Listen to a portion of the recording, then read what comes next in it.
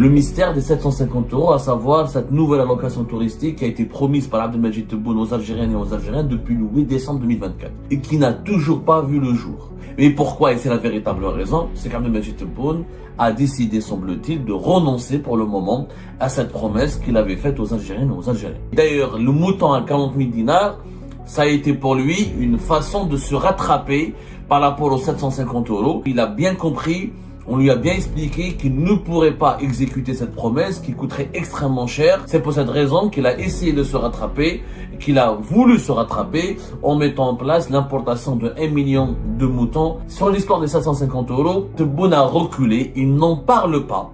Il n'est plus pressé de les mettre en place. Tebboune a compris qu'il ne pourrait pas le mettre, ni maintenant, ni d'ici le début, ni maintenant, ni pour le début de l'été. Maintenant, s'il met en place l'allocation touristique avec un dinar plus faible, avec des revenus en devises plus faibles à cause de la chute des prix des hydrocarbures, avec une économie mondiale perturbée, des tensions économiques importantes dans le monde à cause de la guerre commerciale de Donald Trump, ça serait un énorme gâchis financier pour l'État algérien. L'Algérie n'a pas les moyens. Le mystère des 750 euros, à savoir cette nouvelle allocation touristique qui a été promise par Abdelmajid Tebboune aux Algériennes et aux Algériens depuis le 8 décembre 2024 et qui n'a toujours pas vu le jour. Et pourtant, au mois de janvier, de février 2024 jusqu'au mois de mars 2024, les autorités algériennes n'ont pas cessé de multiplier les promesses et de préparer un dispositif et de préparer des mesures et de préparer des annexes et des nouveaux locaux, plutôt des nouveaux bureaux de la Banque d'Algérie dans les ports et les aéroports, dans les principaux ports et aéroports du pays.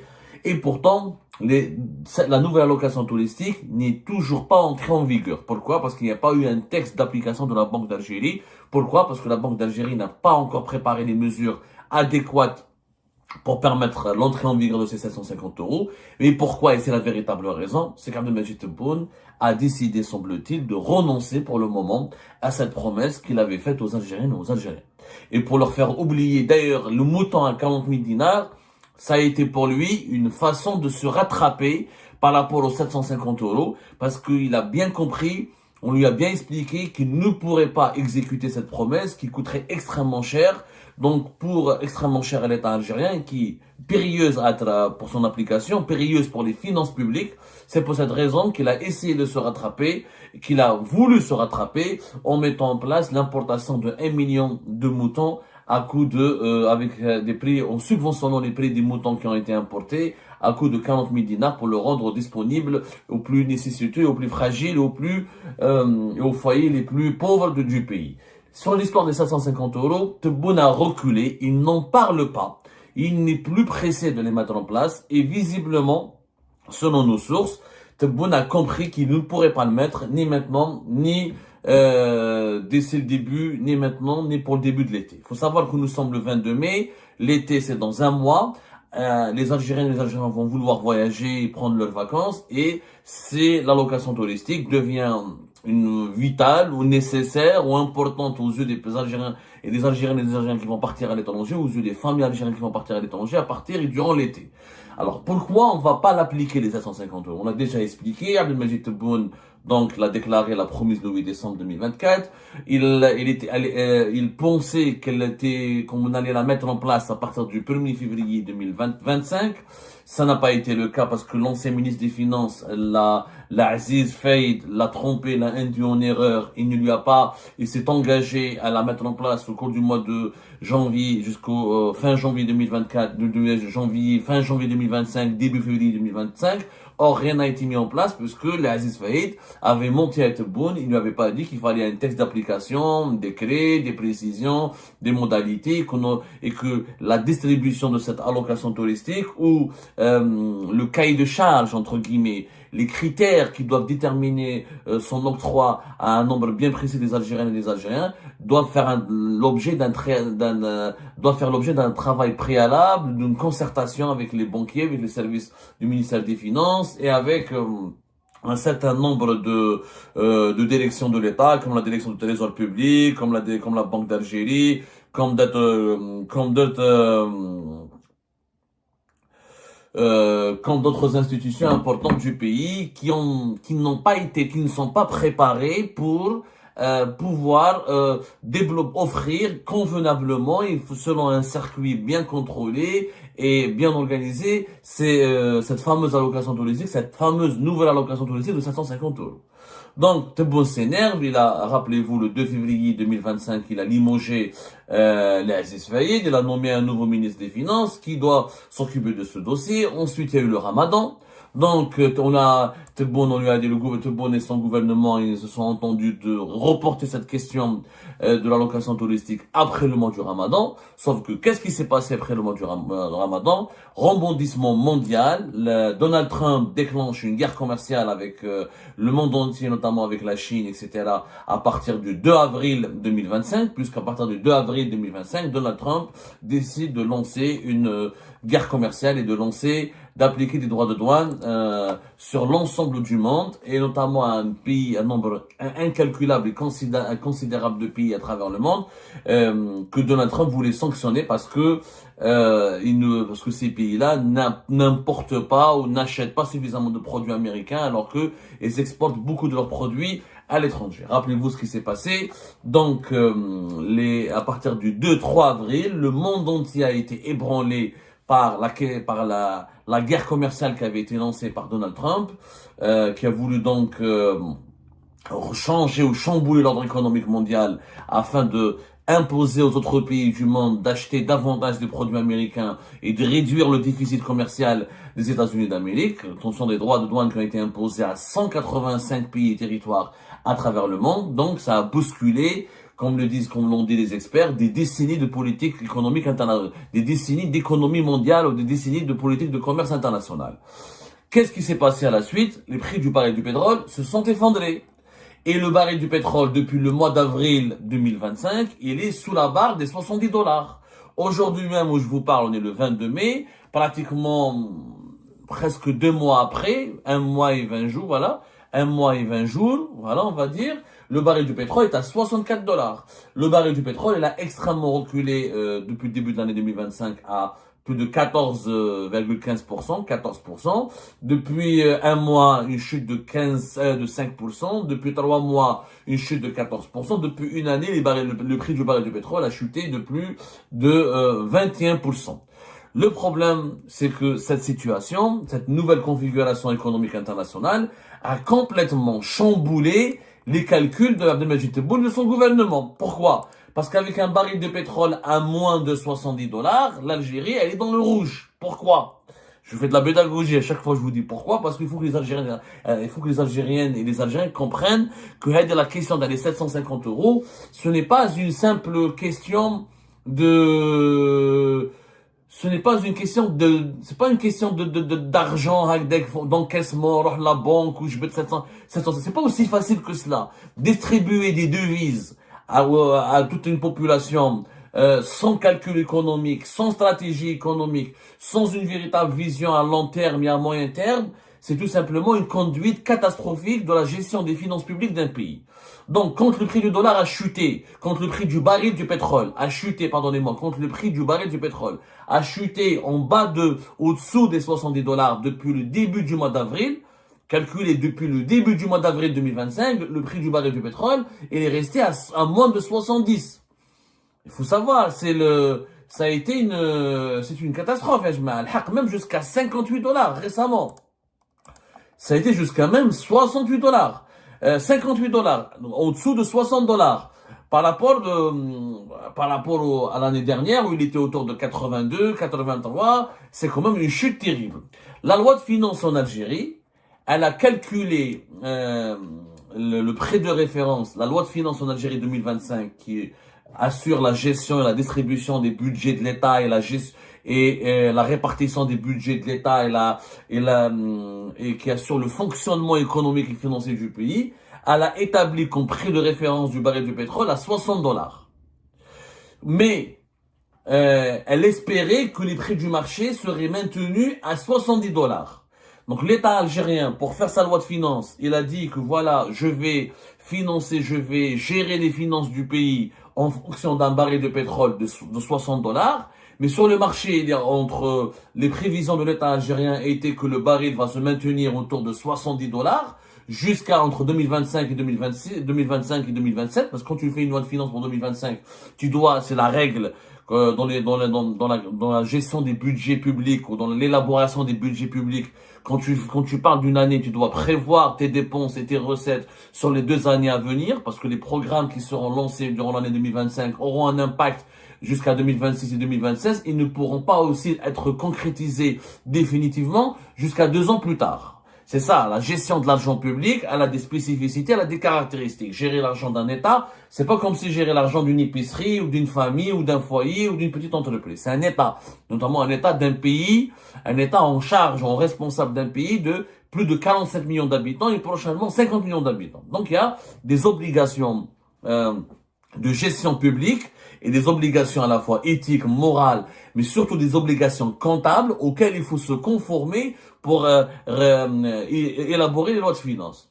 Donc, le baril il est depuis le mois d'avril à moins de 70 dollars. On est déjà proche du prix de référence. Ça ne suffit pas parce que l'État algérien, c'est quoi, comment il fait ses calculs? Il fait ses calculs entre un prix du baril toujours plus élevé que le prix de référence. Comme ça, la différence permet de financer le déficit public, d'entretenir les réserves de change et de laisser une marge de manœuvre qui pourrait justifier de financer certaines urgences ou certaines urgences nationales ou de faire face à certains défis urgents, faire à des défis urgents comme des catastrophes naturelles ou des problèmes, des tensions géopolitiques mondiales. C'est pour ça que les lois de finances en Algérie, la référence de leur prix du baril du pétrole est toujours inférieure, doit toujours être inférieur au moins de 10 dollars par rapport aux cours mondiaux du baril du pétrole. Vous allez me dire, mais Abdou, alors j'explique, j'essaie de faire de la pédagogie, même si certains Algériens et certains Algériens le savent. On utilise pour les lois de finances en Algérie comme référence le prix du baril du pétrole parce que nous sommes un pays rentier, parce que 96% de nos recettes en devises, c'est le pétrole et le gaz. Et le baril du pétrole, c'est la référence mondiale, y compris pour le marché du gaz. Même si dans le marché du gaz, il y a une tendance depuis 2020 à se détacher du marché du pétrole, il n'en demeure pas moins que dans le panier des produits énergétiques, c'est le pétrole qui domine, c'est le pétrole qui est la référence, et un baril de pétrole très bas influence tôt ou tard les prix du gaz, du charbon et des autres produits énergétiques qui seront appelés à chuter si le pétrole chute. Parce que c'est la référence du panier des produits énergétiques. C'est pour ça qu'on utilise la référence du baril du pétrole. Comme nous sommes dépendants des hydrocarbures, donc nos lois de finances, nos finances publiques en Algérie sont établies, sont calculées, sont prévues, sont gérés ou conçus en fonction du prix de référence du baril du pétrole. Donc, depuis le 2 avril, tout a changé pour Tebboune. Tebboune a compris que Donald Trump et son administration vont aller loin dans cette guerre commerciale, que l'ordre économique mondial va connaître des chamboulements importants, que certaines prévisions et expertises affirment que si Donald Trump relance encore une fois sa stratégie d'affrontement commercial avec la Chine et les autres pays qui ne voudraient pas se plier à ses exigences, le prix du baril du pétrole va chuter encore plus, il va revenir encore au-dessous des 60 dollars, et que comme les États-Unis d'Amérique veulent augmenter rapidement et massivement la production de leur pétrole de schiste, de leur gaz de schiste, il y aura une offre mondiale encore plus disponible. Et là, Tebboune a compris que le baril du pétrole, les prix du baril du pétrole et comme du gaz sont inévitablement appelés à chuter, à baisser encore davantage. Si ça chute et ça baisse, les réserves de change de l'Algérie sont en danger. Les réserves de change de l'Algérie auraient dû atteindre à la fin de l'année 2024 72 milliards de dollars. Sauf que, vu l'année 2025 comme on l'a commencé et que les revenus sont déjà faibles par rapport à l'année 2024, nos réserves de change sont redescendues au-dessous de 60 milliards de dollars. Donc, regardez les paramètres financiers qui sont à la disposition du président algérien. Des réserves de change de moins de 70 milliards de dollars. Des réserves de change qui vont encore chuter, puisque les revenus du pétrole et du gaz vont chuter en 2025 par rapport à 2024.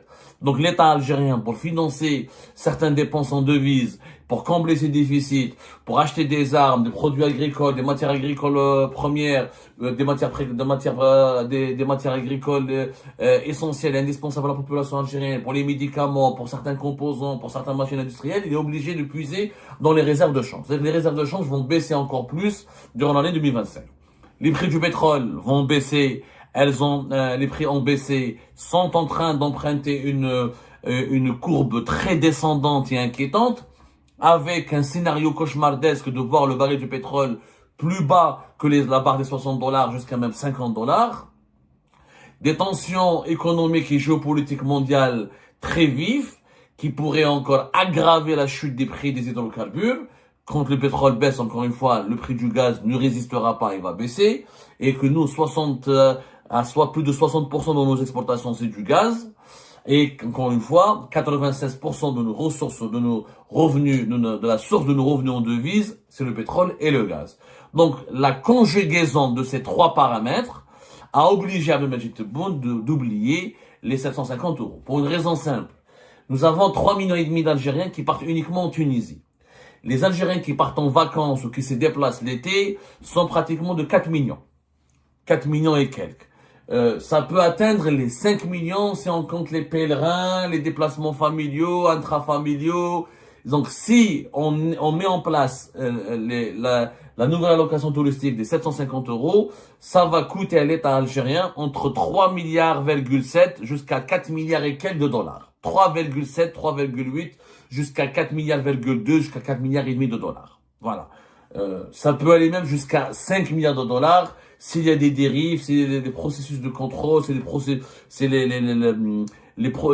processus qui a été mis en place pour contrôler la distribution et le déblocage ou l'octroi de cette nouvelle allocation touristique n'est pas vraiment bien huilé et strict et sévère. Donc, au bas mot, 3,7, 3,8 jusqu'à 4 milliards et demi de dollars. C'est énormément d'argent pour l'État algérien. Ça veut dire qu'il doit les prendre des réserves de change. Parce que les devises qui vont être financées, l'allocation touristique, ce seront 750 euros au taux de change officiel. Or, la valeur du dinar, elle est en train de chuter. La valeur du dinar, c'est la véritable valeur du dinar, c'est le taux de change parallèle. Pas le taux de change. Le taux de change officiel, c'est le dinar qui est subventionné. L'État algérien est obligé de subventionner le dinar pour pouvoir permettre aux Algériennes et aux Algériens d'acheter les euros, de prendre des devises à un taux qui est abordable. Parce que si on met le taux de change réel, les 750 euros vont coûter énormément cher aux foyers algériens et il n'y a pas d'intérêt à aller les prendre à la banque, ils vont tous les prendre dans le marché informel. Du coup, comme le dinar il a chuté, parce que quand les prix du baril du pétrole, les prix des hydrocarbures, les prix des hydrocarbures, soit baril du pétrole ou prix du gaz naturel ou du GNL, quand leur prix chute et baisse, l'État algérien est obligé de dévaluer le dinar. Pourquoi? Il dévalue le dinar pour quand il va gagner des ressources en devises, quand il va les convertir en dinars, en dévaluant la valeur du dinar, en baissant la valeur du dinar, en dévalorisant la valeur du dinar, il va avoir un volume plus important en dinars. L'État algérien fait toujours ça. Quand le baril du pétrole chute, quand les prix des hydrocarbures et le revenu en devises ramènent de moins en moins de revenus en devises pour l'Algérie, l'État algérien est obligé de dévaluer le dinar. Pourquoi? Pour augmenter le volume de la monnaie en dinar et pour pouvoir payer les fonctionnaires, financer les finances publiques, financer les dépenses publiques, financer les dépenses sociales de l'État. Il a besoin de dévaluer le dinar pour fabriquer de la monnaie et pour donner l'impression que les ressources financières de l'État n'ont pas été impactées en dinars par la baisse des revenus en devises. C'est une règle que l'État algérien a toujours utilisée. Maintenant, s'il met en place l'allocation touristique avec un dinar plus faible, avec des revenus en devises plus faibles à cause de la chute des prix des hydrocarbures, avec une économie mondiale perturbée, des tensions économiques importantes dans le monde à cause de la guerre commerciale de Donald Trump, et avec une chute peut-être encore plus grave des prix du baril du pétrole dans les semaines, dans les mois à venir, ça serait un énorme gâchis financier pour l'État algérien. L'Algérie n'a pas les moyens, ne peut pas se permettre le luxe d'octroyer, de financer une allocation touristique à 750 euros pour toutes les Algériens et pour tous les Algériens dans ce moment-là, qui est marqué, dans ce contexte-là, qui est marqué par les tensions, qui est marqué par les bouleversements économiques et politiques mondiaux provoqués par la nouvelle politique de Donald Trump. Donc c'est à cause de Donald Trump en partie que l'Algérie ne peut pas mettre en place l'allocation touristique des 750 euros. Et ben c'est la fin de cette vidéo les amis. Je vous remercie comme d'habitude pour avoir suivi jusqu'à la fin. N'oubliez pas de nous laisser vos commentaires et vos réactions sur la vidéo et de vous abonner à la chaîne si vous n'êtes pas encore abonné. Donc voilà, merci beaucoup pour votre soutien et vos abonnements. Et merci aussi pour vos commentaires et vos discussions très animées dans la section des commentaires. Donc, vous n'oubliez jamais de décortiquer bien un sujet sur tous les points qui ont été abordés dans la vidéo et ça fait vraiment plaisir moi-même je ne fais pas de commentaires, je m'appuie sur vous pour que vous puissiez bien expliquer les choses et en faire des discussions civilisées et dans tout le respect possible. Donc voilà, merci beaucoup et à la prochaine dans une nouvelle vidéo. Au revoir.